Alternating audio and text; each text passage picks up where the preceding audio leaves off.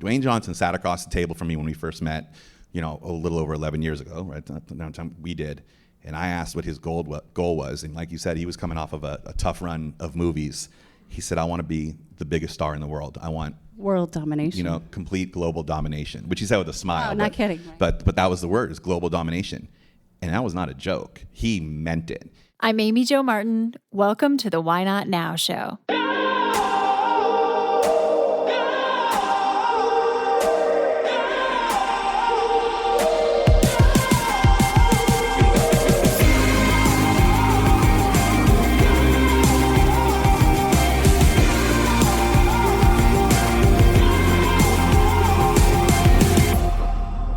You know that thing you've been thinking about doing?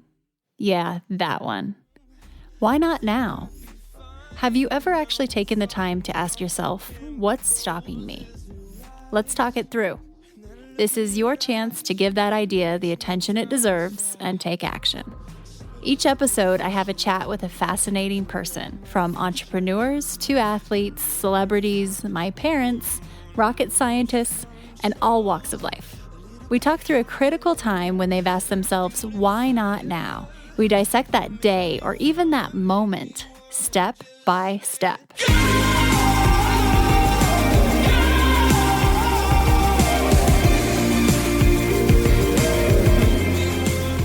Today we have Brad Slater on the show. And actually, we recorded this conversation live on stage together. Brad is one of the top Hollywood agents in America, in the world. And he represents some of the biggest names out there that you've all heard of. He is a partner at William Morris Endeavor. And I have known Brad for a good, 12, 13 years. We have grown together. We have learned together. I have learned so much from him personally and professionally. I am going to spare you more context and just let us hop right in here. What I can say is that Brad is an example of someone who has been able to really look at where his passion, purpose, and skill collide, live in that intersection, because that's where bliss resides, and leverage the shit out of it. What do I mean by that? He is surrounded by so much influence. He has so much influence himself in Hollywood and entertainment, and he uses it for good daily. And he is a pure renegade from head to toe. You will hear he's the most unexpected type of Hollywood agent you can meet. So without further ado, here is my friend, Brad Slater.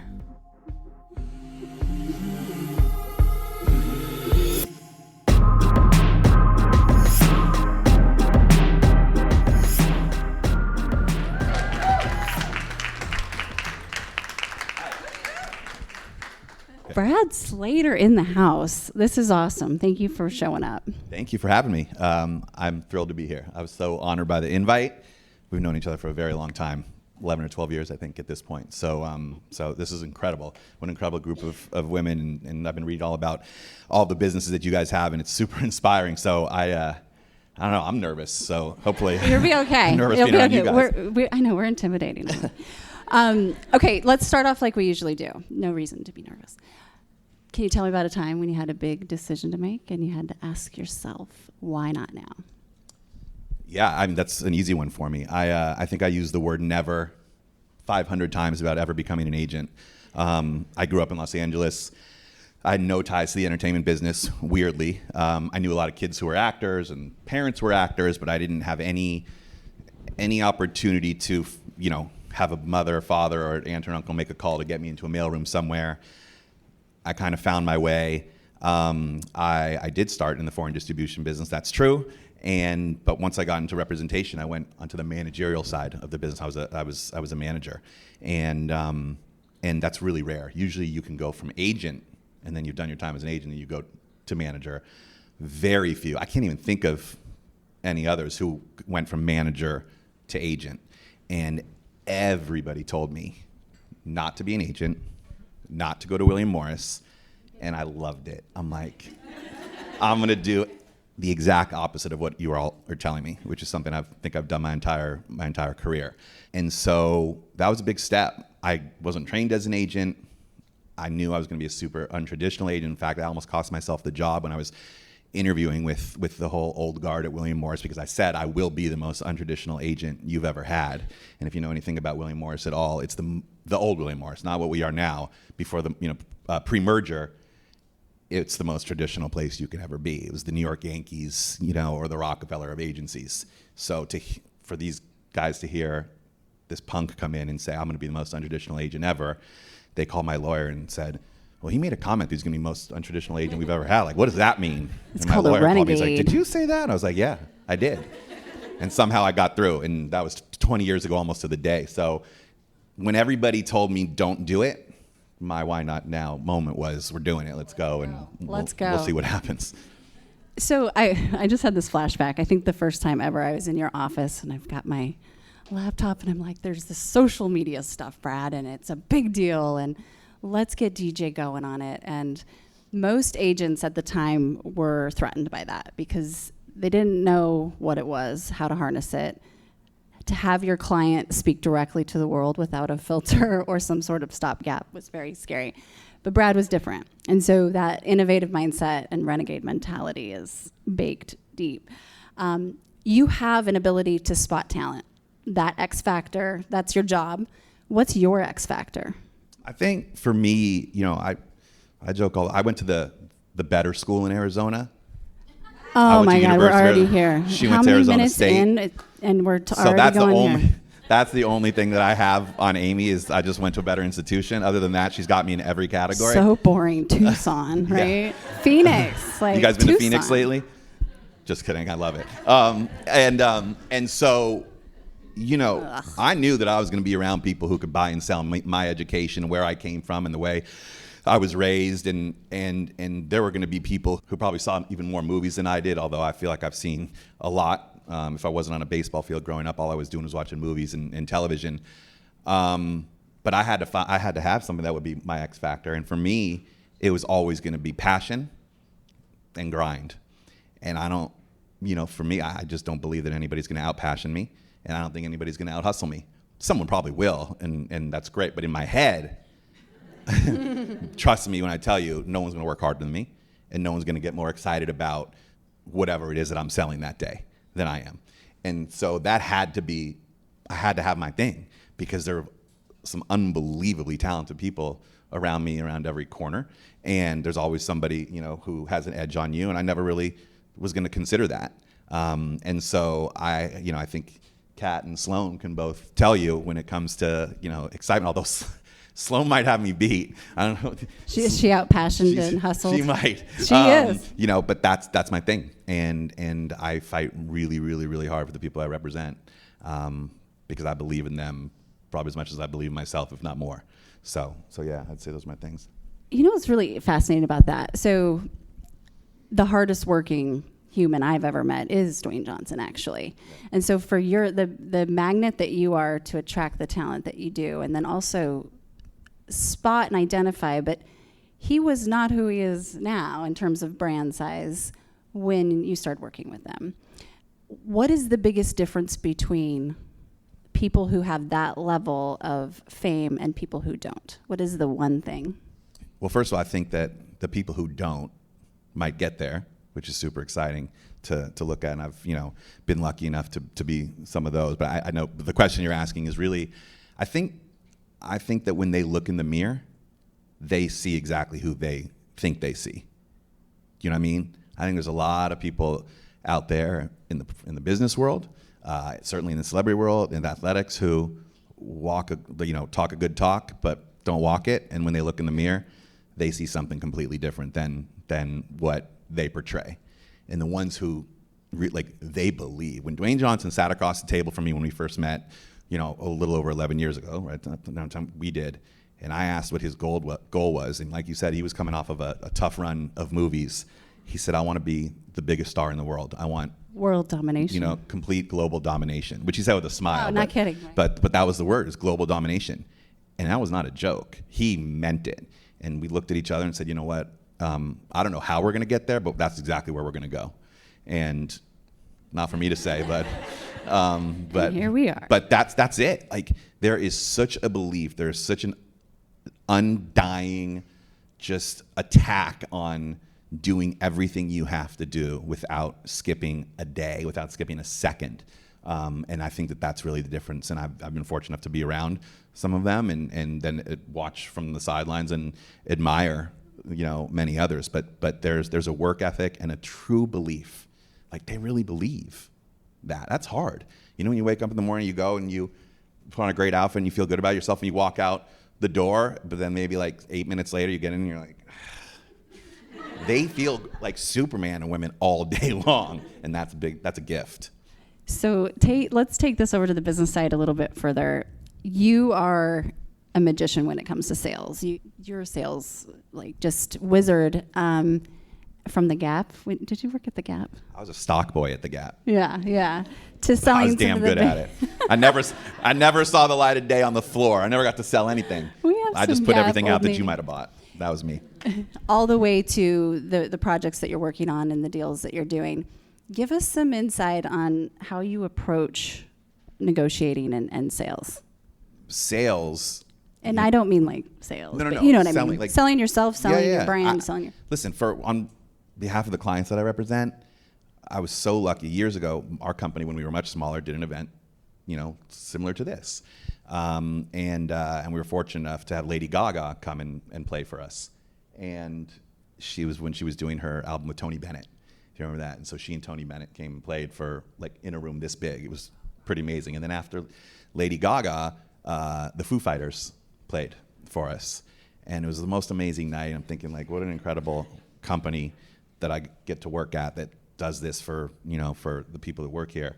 And it was a really cool little club. It was here. It was the Belly Up in San Diego, right? And so if you've been there, there's like a balcony. And I noticed that when everybody was watching the Foo Fighters, for some reason I looked up and Lady Gaga was sitting by herself, looking down, watching them, and they played for like 3 hours. And she stayed the whole time, but no one knew she was there. And I was like, that's amazing. She must really like the Foo Fighters. And so the next day she came and did a panel for us like this. And she made a comment. Somebody, I think, asked her a similar question that you just asked me. And she said something I think that changed my thought of representation forever, which was, how dare you represent somebody that you're not a fan of, right? Like, and she said in the coolest way, but she's so right. And when you're an agent coming up, you don't get the choice sometimes. They assign you, hey, here's your client, have at it. Here you go, represent this person.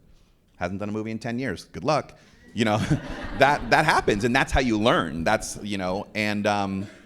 and you try so hard to get to a place where you can even have the opportunity to pick who you get to spend your time working for every single day. That line was everything. I'm a fan of The Rock. Trust me, I was watching The Rock wrestle when I was, coming out of college, and I remember the first time I heard he was coming to the Staples Center. Sorry, it was the Forum at the time. Staples Center wasn't even built, and I'm like, we went and saw him wrestle, and LeBron James, I get to represent he and his business partner Maverick Carter, and I went and saw LeBron play in high school when they came to LA to Pauley Pavilion, and Michael Strahan was on the football field, and I was marveling all the time. So my point is, how can you possibly believe in what you're selling if you don't love it yourself? You love your food at True Food Kitchen, right? Thank God. Like, that's it. And I've been on the side where you have to talk about something that maybe you don't really believe in. And I can't go to the heads of movie studios or brands or whatever and convincingly ask for the things that I ask for if I don't believe in it like 1,000,000,000%. So being a fan of whatever you're doing, be a fan, that was huge. For me. I love it. We had a chat, it was probably a year ago or so, and you talked about how you've, over the last several years, gotten into investing more. And there was a tipping point, wasn't there? Kind of a moment where you're like, hey, wait, there's another way to do this. Can you talk a little bit about how, that process, and then maybe some of the women that you represent? Let's talk Eva and her business, her area of business and what she's doing right now. But first on the investing side, what was the trigger for you to be like, head tilt, I'm going to start getting more involved over here? The trigger was I would just be places at people's homes, and I go, this is amazing. Wait a minute. What does he do for a living? I'm like, and I meant this like in the coolest way. I'm like, I don't know how to say it properly, but like, I just know what he does, and his house shouldn't be this big. That's the right way to say it. You did great. Is that all right? We're picking up what you're putting down. We're picking up what you're putting down. That works That's perfect, perfect. right? Yeah, That was good. yeah. So, I'm like, yeah, so, I know. and then maybe like someone would be like, yeah, he was an angel investor in Uber. I'm like, oh, got it. And then the same thing would happen over again. Whatever, Twitter, same thing. Like, God. And this was like, I'm 48. I just turned 48, but I was like 40 at this time, and I wish I had this happen earlier, because the earlier that you can get into the game, as you know, the better long term. And then I realized, like, wow, proximity is power. Proximity is everything. I've been given a gift to have the occupation that I have, that I'm around some of the greatest deal flow you can ever see because of the people that we represent, right? A lot of companies like yourselves will approach us before you approach a venture capital fund to get our clients in your business or on your cap table. Makes sense. That's what I would do. And so I was like, wow, there has to be so my job's really incredible and I love it, but it can be, it really means to an end. Like, this is what it's going to be. But there's all these businesses out there that we get to see first. And that's when the light bulb went on for me, and I started to mess around in the restaurant business and some other things. So yes, and some other really, really fascinating companies. And that's when the investment world, for like the last 8 years for me, outside of my job, I paid close attention to. It's cool too if we look at the ecosystems around some of your clients, and let's dive into Eva, because I'd love for everyone to hear a little bit more. I wasn't as familiar with her business mind and what she's up to, so it's exciting. But real quick, back on DJ, the ecosystem that's been built around that brand from a business perspective is a blueprint and is really hasn't been done before, right? So what you've been able to do in terms of products, film, TV, media, everything in between, sports franchise.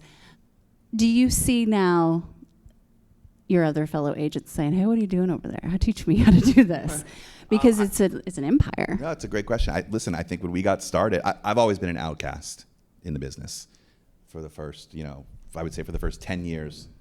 Yeah, I've always been a renegade. And I say that because I just didn't understand why there was this really, at the time, I think it was Sidney Poitier who said it first. This is one of the finest actors that ever walked. If they can see you Monday through Thursday, they'll never pay to see you Friday and Saturday. I mean, like, if you're everywhere, you're not exclusive, and they're never going to go pay to see you in the movie theaters on the weekends, which in that time was absolutely true. And then, time went on, and I just happened to come from such a commercial mindset. I mean, don't get me wrong, I can appreciate a great independent film, but I'm in the business because of the movies I grew up on. And so I just didn't understand it.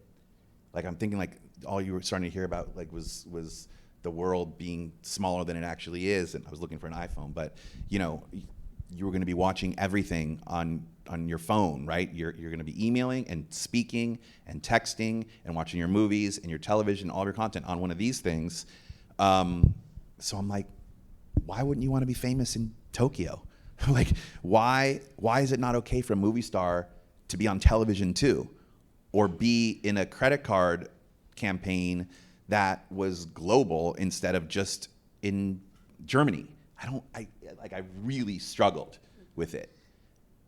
And so I'm like, that's how I'm gonna be different. And so that became my thing. And with Dwayne, he was the prototype. It was like, we found a way to make it okay to be great in every single vertical that you could possibly be in, as long as you gave the audience something awesome.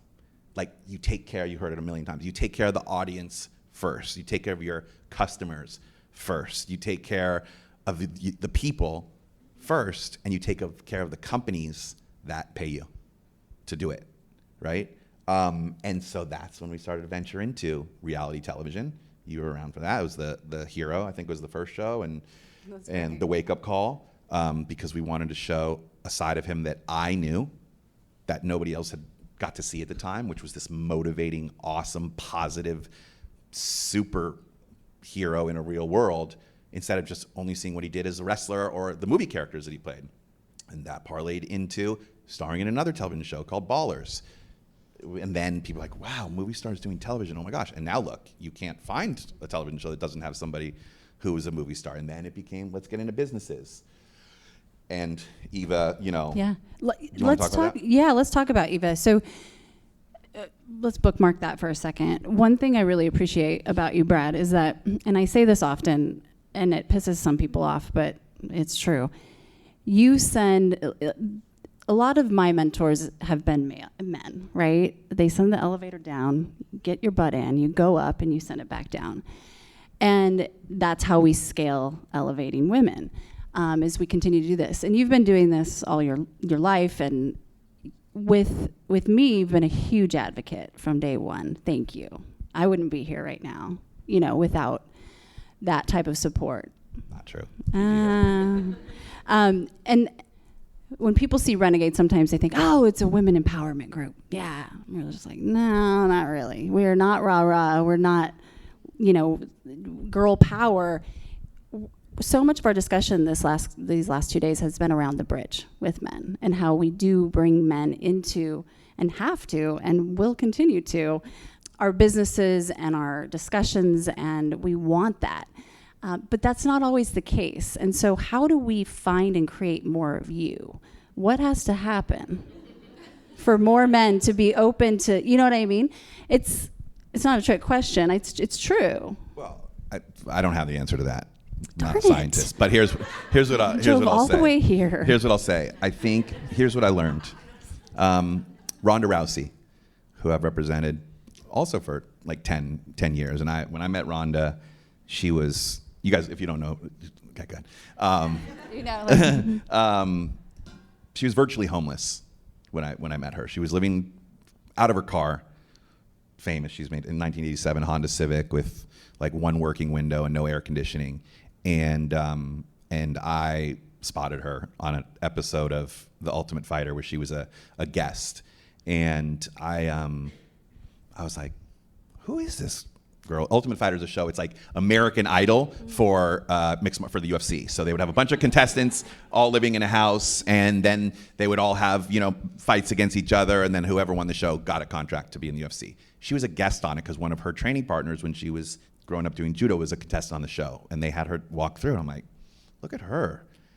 Called my wife over. I'm like, look at this woman. All these guys are giving her so much respect. It's so great. This is amazing. Wow, what a smile. My wife's like, she has amazing hair. I was like, yeah, she does. And I'm like, who is that? And I'm like, Ronda Rousey. And I remember the name. She was a local girl from LA, Venice Beach. And I grew up in LA too. And I remember when she won the medal in the Olympics. She was the first American to ever medal. She won a bronze. And so I tracked her down through Dana White. And we met, and I got to go on literally the greatest journey that I think I've gone on professionally in my career with her. And what I learned, to answer your question, is I learned that the rules are different for women, and I hated it. And I don't understand how if Serena Williams would scream at a line judge, right, she would be ostracized in the media, but this kid, Nick Kyrgios, who's famous now, who I love to watch play, by the way, can smash his rackets, every match, or throw a water bottle off the back wall, and like the audience gets a kick out of it. Ronda wouldn't touch gloves with somebody because she genuinely didn't like her, and she's the worst word that you can say about a woman. But if other male fighters do the same thing, it just seemed like, oh, they don't like each other very much. Like, wow. And so I saw the fight, and I watched the fight that she went on to be first. And so I don't know about sending elevators. I love the saying. I've always loved the saying. Find a new analogy. But like, fine. I've always felt like for you, like when I met you, I'm like, hop on this moving sidewalk with me, girl. Like, I need you. That's like you. I didn't understand like what I didn't know about social media. I couldn't fit 124 letters in a freaking tweet. It wasn't 124. I talk too much, That's okay. you know? And how does it work? And then she's like, there's algorithms. And I'm like, what? And like, yeah, you can make people see tweets all over the world if you do it at a certain time. And I'm like, what? And then like, yeah, we're riding together. And so, and then I learned about how you post and what it means and how you can make a post feel like 300 million people are all getting it at once, and they know that 999,000 other people are getting it, but they feel like they're the only ones who are getting it, right? And that was like, what's he at now? What's DJ? He's like over 300, but all these, Addison Rae's at 45, Shay Mitchell, who, she's at 36, and it matters. And so anyway. So the rules are different. That's the first time I've heard a man say that. And well, they are, and it's and by the way, I think thankfully they're getting starting to tilt the scales back, in a more even direction, and there's a lot of people working, and there are a lot of men like me. By the way, there's a lot of men. Oh, there are absolutely. Like we me, just need more. I didn't mean it like there are. I was just like, oh yeah, yeah. How many? Where are they? Where are they? And I just think that I think for me it's been a little bit more of I've been in it. And until you're in it, you can't change somebody until they have the opportunity to like be a part of it. So that's all. And I think that there's been some amazingly resilient, awesome, strong women that I've got to be around. Eva Longoria being one of them. And so I get to learn a lot.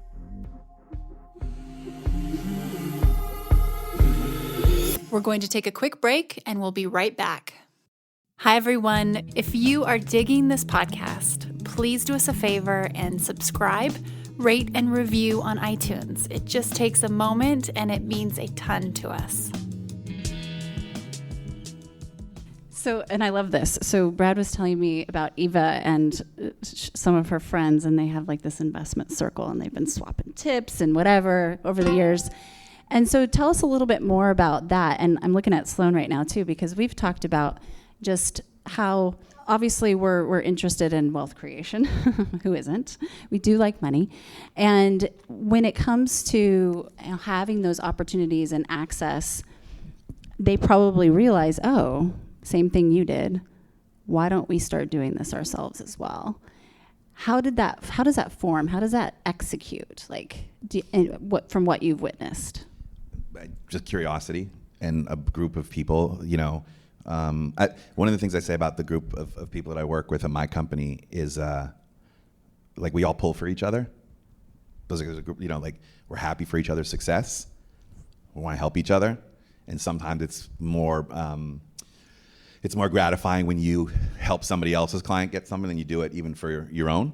And so I think that's really what that was. She was able to assemble a group of like-minded women who have incredible curiosity about business and entrepreneurship and what's going on right now, in the world. And they all come together and help each other out, just like what you all are doing. I think it's probably not too dissimilar to this, I love it. She's welcome if you want to.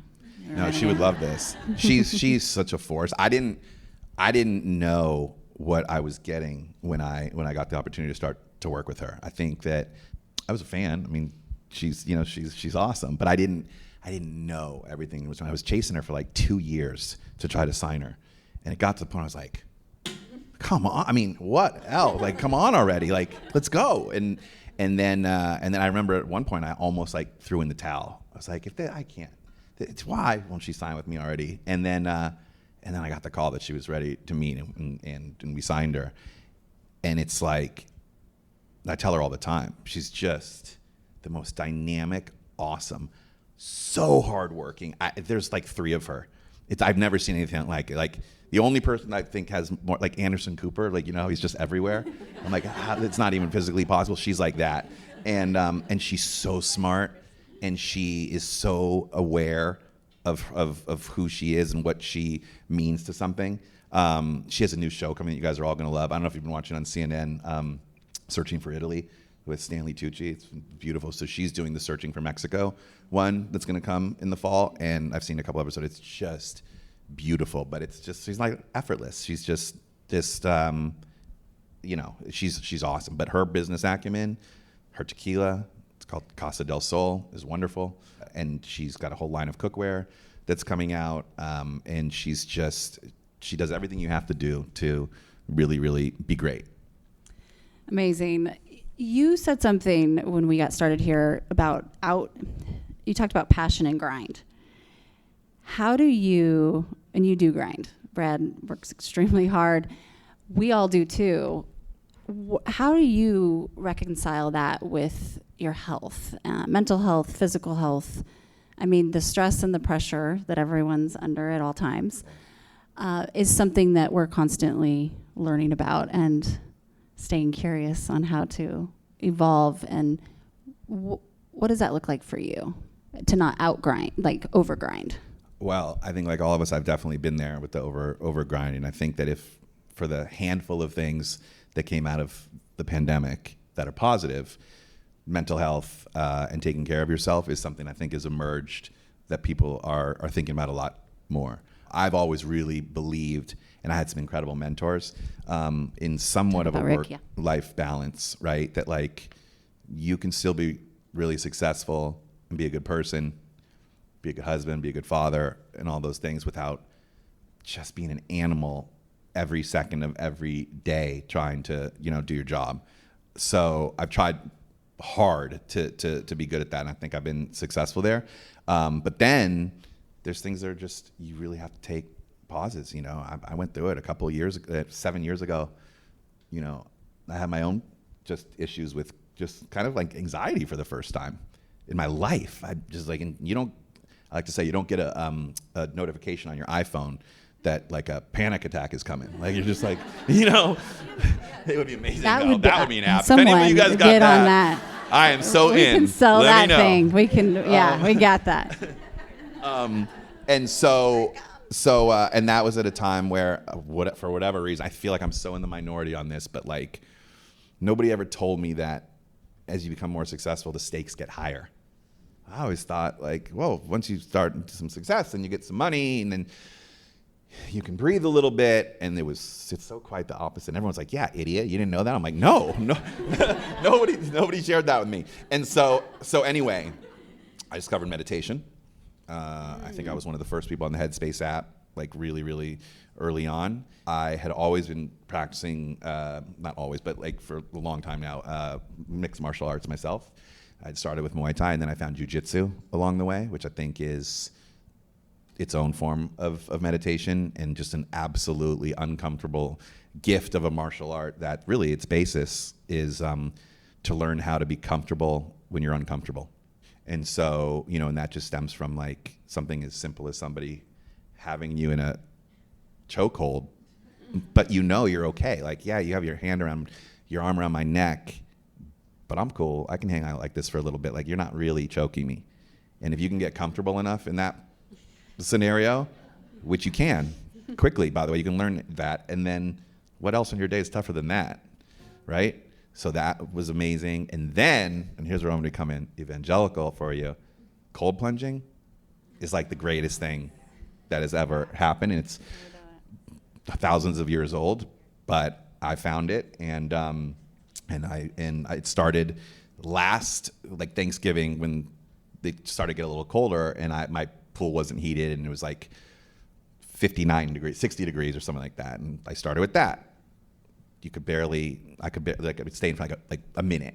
Then all of a sudden it was 2 minutes, and then it started to get a little colder, right? The weather got, then it was 57, whatever. It's cold. That's pretty cold. Like the ocean on like an average is like 63, so that's pretty cold. And so I'm like, wow, I really feel amazing at this. I'm like, my body feels great. I have the worst shoulder injuries ever. I'm like, my shoulders feel better, but most importantly, I have like no stress.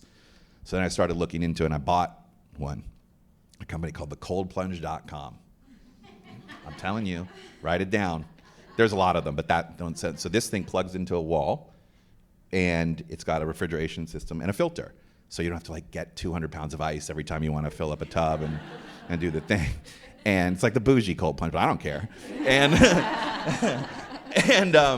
and so it goes down to 39 degrees. And I do it every day I can. I was like 4 days a week at like 41 degrees now for 3 minutes.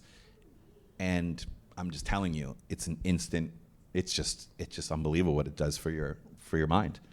Really? And I think you can start with cold showers. Same, like you can slowly get yourself there. But let me be very honest.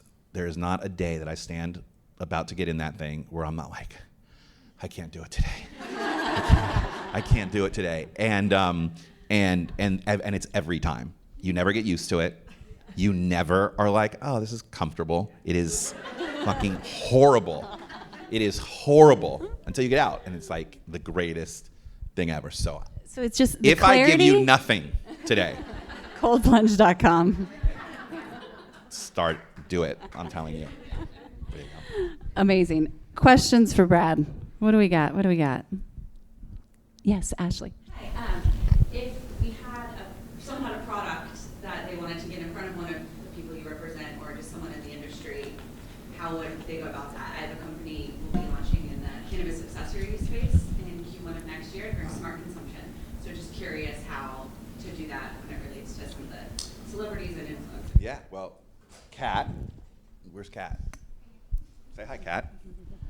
Kat Petrie works at Endeavor as well, along with me, and she's in the venture capital group, and they see probably 200 deals or companies like what you're talking about a month. We'd be happy to learn more about it. You guys should exchange information, or me, by the way. You can hit me, but that's what she does. There she is, right behind you. Yeah. I love it. Freebird in the last All In podcast talked about how he believes that most companies in 30 years, brands will not be branding Coca-Cola if they do not create content around influencers, like the Mr. Beast thing that just happened with the burgers. What's your take on that? Well, I don't know the companies. I mean, Yeah, no, I get it. Look, I think Coca-Cola is going to be around for a while. As long as I'm around, it'll be, because I love it. And thank you guys for laughing at all my dumb jokes. It's been so cool. We got you. I prepped full service. I prepped them. So yeah, I think, listen, the audiences now are so savvy. Like, they know when they're being sold to.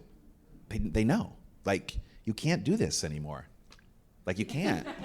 It's not enough. They have to know that you love the product too. You use the product. You're into it. You're not just taking a check. Like, you are in it. And so influencers have, of course, it's been an incredible rise. Whatever you think about it or not, they sell because their fans are super genuine. Like, they really believe and trust. There's so much trust there. If you're telling me something is great, I'm down. I'm there. It used to be simple, where you could just be like, oh, look at that famous person. They drink whatever, right? And now it's, you better really do it. And so our job has been it's been so crucial to find ways to organically sell, right? Shay Mitchell, if you're, she has a deal with Beyond Meat, but she's not sitting there saying like, let me show you how to, make tacos with Beyond Meat. Instead, she's filming in her kitchen on her phone, and Beyond Meat is like on the counter. It's just there, and she's cooking with it. And people are like, oh, she uses Beyond Meat. I'm gonna try that. When the stock of Beyond Meat was like through the roof, right? Well, one of the days it went through the roof was because Kim Kardashian opened up her freezer, and there was like a bunch of Beyond Meat in there, and the stock went up like 9 points that day. So content, you hear it all, is king. How you create content is everything, right? Like, what content is not just content. Just because you film something on your iPhone does not mean it is going to sell. So the how-to and how you do it and make it look are the things. But yeah, influencers or people who are, I'm starting to get away from that. I like the word influential. Like, there's influencers and then there's influential, right? Addison Rae went from being an influencer to being influential. And like, that difference is really important to me, and I think it's important to consumers too. Love it. Vivian. Hi. Hey. Vivian, nice to meet you, Brad. You too. Thank you for this talk.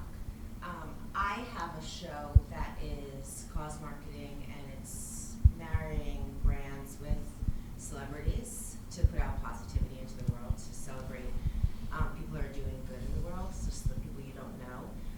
But my question is, along the lines of this, is it something that a brand coming to a celebrity first, or is it coming from a celebrity to a brand?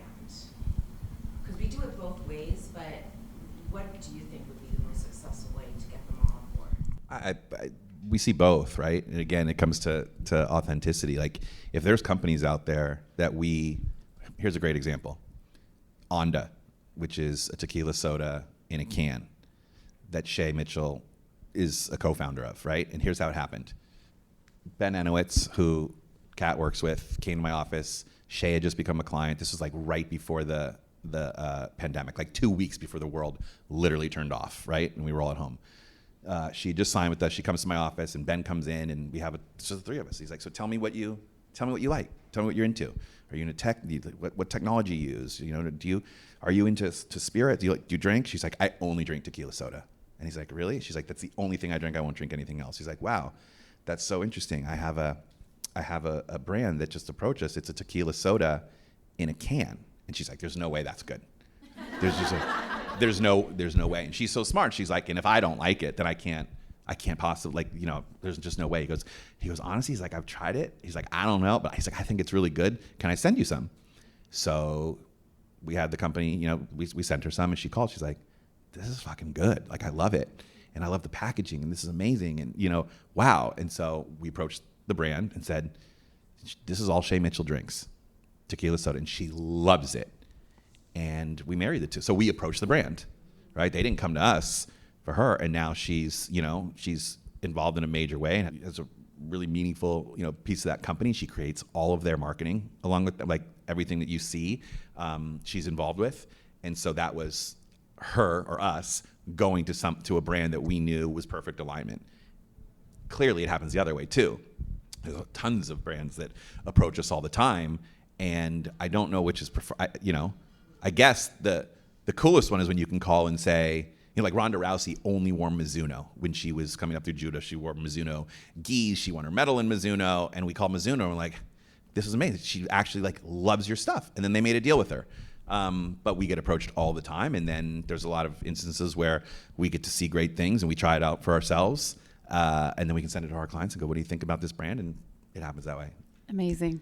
Got a couple more questions back here. Barbara, Sarah Bath.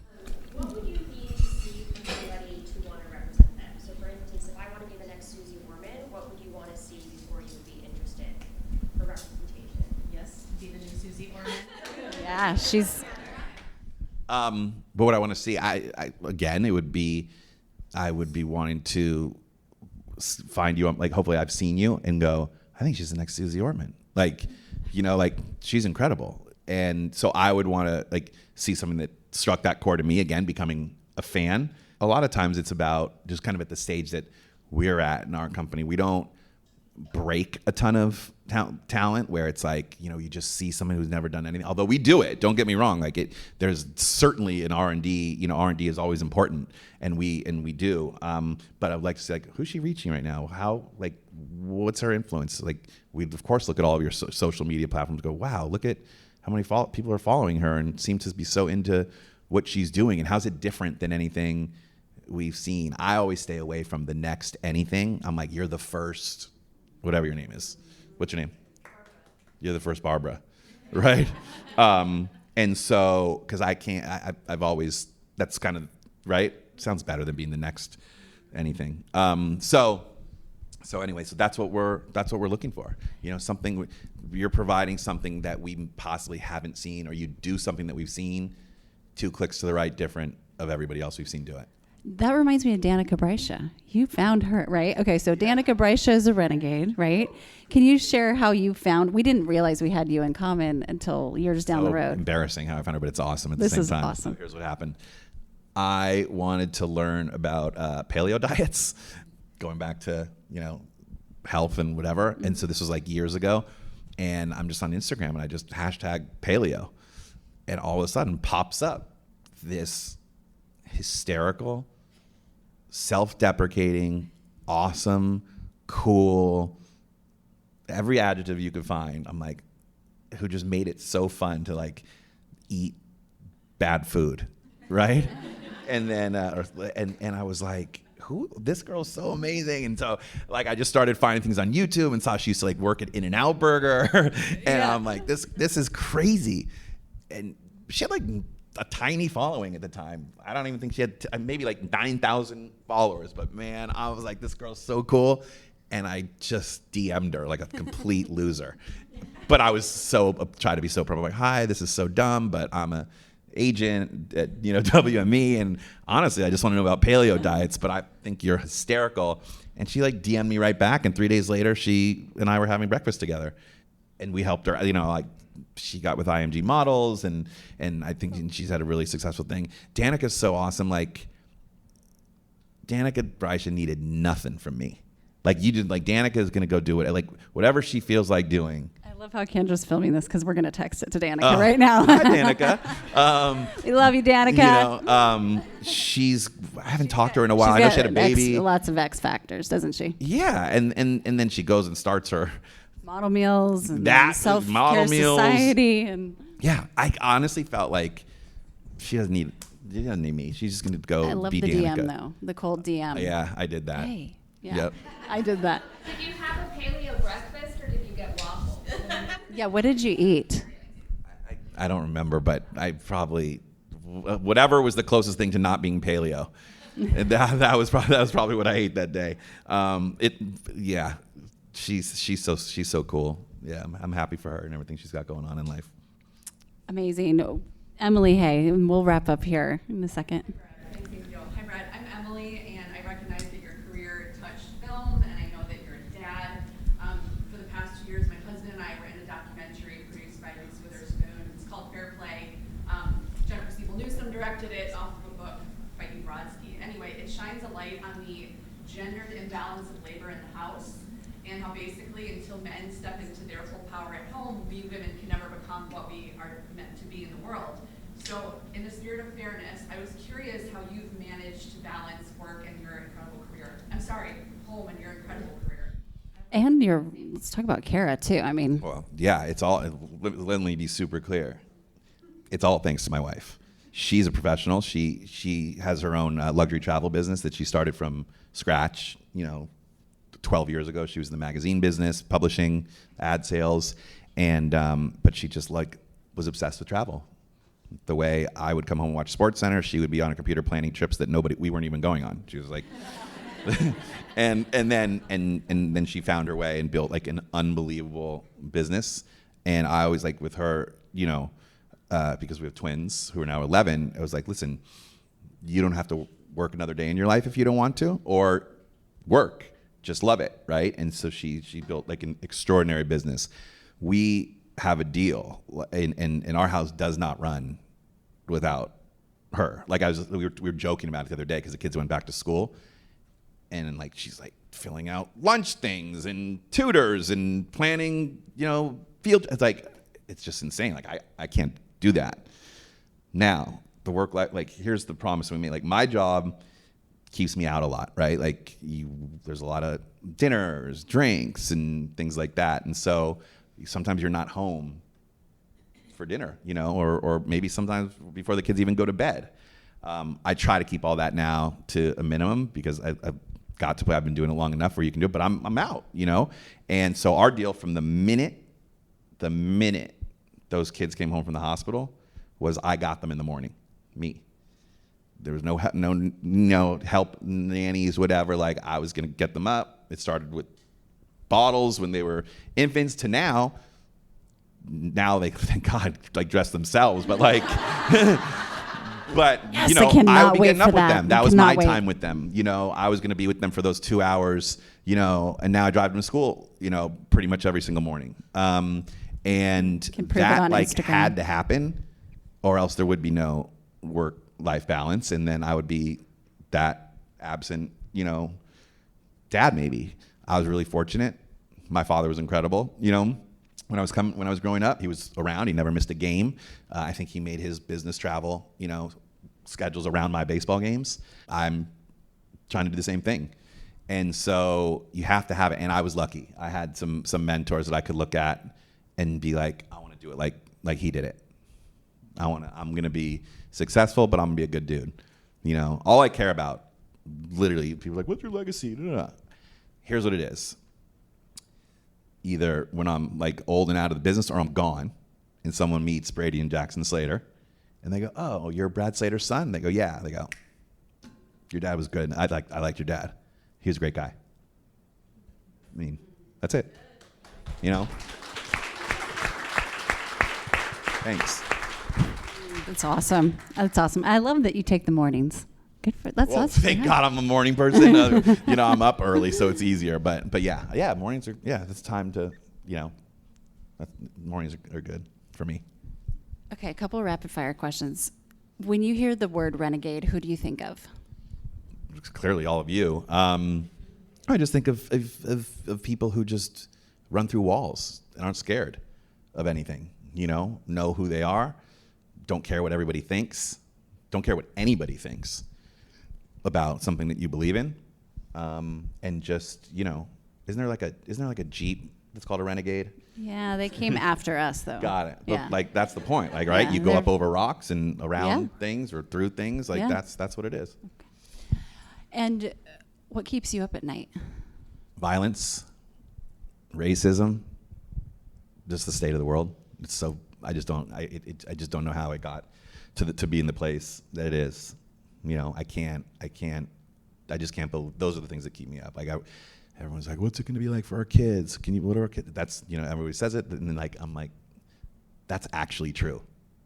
That's actually true. Like what's the world going to be like for Lincoln? What's the world going to be like for my kids who are 11 that, when they're 21? And so, I try to do my part, to which is like a grain of sand, of course, but that's what keeps me up at night. I hate watching the news. We didn't talk about ARC. Do you want to briefly? Yeah. Okay. Absolutely. I know that we have a lot of interest here. So tell us a little bit about the organization, but how you got involved and why. So the ARC is Anti-Recidivism Coalition, and it's a really, really special organization that was founded by a friend of mine who's a really successful movie producer named Scott Budnick. He produced movies like Hangover and Just Mercy and a bunch of other movies. And it's all about justice reform and helping people who either are currently incarcerated or have been incarcerated and helping them rehabilitate into society and have lives again. So the way I got into it was because when I was growing up in West Los Angeles, I was really fortunate. I was a public school kid, and I got to go to schools with people who were all different colors and races and religions and everything. And so and it was LA, and it was like the 90s. We were talking about it earlier. It was like during Rodney King. And so I learned a lot during that time. And I just, my baseball experience with my teammates was so interesting. My team was like a handful of Jewish kids like me, 3 or 4 Mexican kids from south of Pico Boulevard, and then a couple, black kids from like Ladera Heights area. And we were all best friends. Best. We'd be sleeping in each other's homes. Our moms would be cooking for each other. If we went out together. Nobody ever thought that we were different. Like, we never considered color. It just didn't matter. And one of my teammates, there were 2 kids that I'd known since I was 10 years old playing Little League. And they were 2 of the Hispanic kids, such good kids, such good athletes, but didn't have some of the opportunities that, other people grow up with. And they, a lot of us left to go to college. I went to Arizona. A couple of my other teammates went to Michigan, Florida, whatever. And then we would come home in the summers, and you would see like something's not right. I think they're running around with the gangs because the pressure from the gangs is so heavy. And then I get a call at 2 a.m, my junior year, that they went to a party one night. Somebody mouthed off. Somebody left and grabbed a gun, came back, fired, and somebody died. So they've been in prison for 27 years. They've been in prison longer than they were ever alive out of it. They went in at 19. And they did something terrible, right? So I went 25 of those 27 years probably thinking about them every day, what life must be like for them, how this, possibly happened, how the rules are different once again.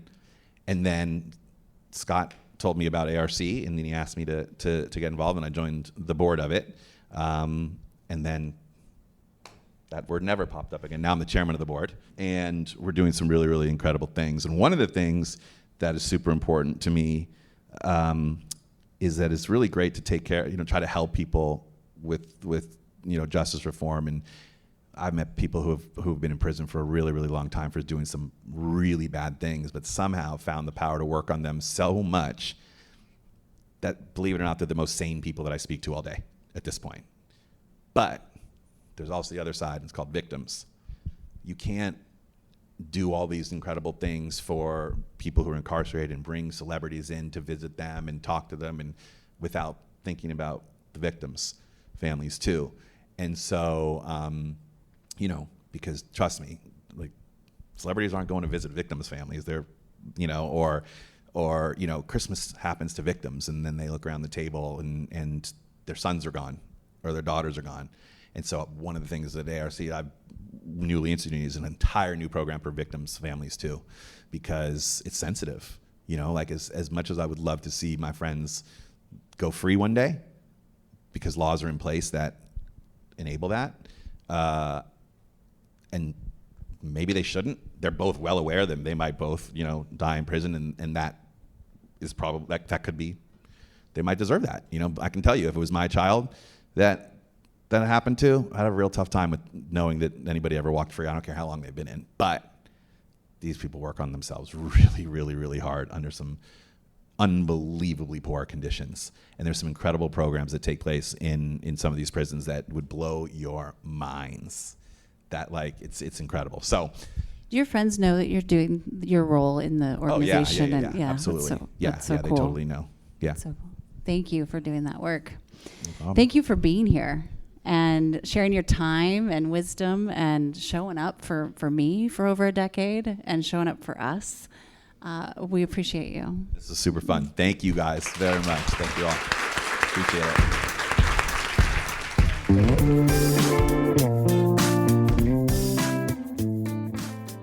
Hey everyone, thanks for listening to the show. Hit me up on social media to let me know what you think. I'm at Amy Jo Martin on Twitter, Facebook, Instagram, and LinkedIn. And I want to hear your Why Not Now moments so I can share them on the show. Just send me a note to whynotnow@amyjomartin.com. For show notes and other offers, you can visit amyjomartin.com/whynotnow. And while you're there, don't forget to sign up for my email newsletter for exclusive content and announcements. A big thanks to Rock Salt Music for all of the tunes by the talented John Coggins. And of course, a hat tip to Richard Brewer for editing and producing the show. I'll see you next time. And until then, why not now?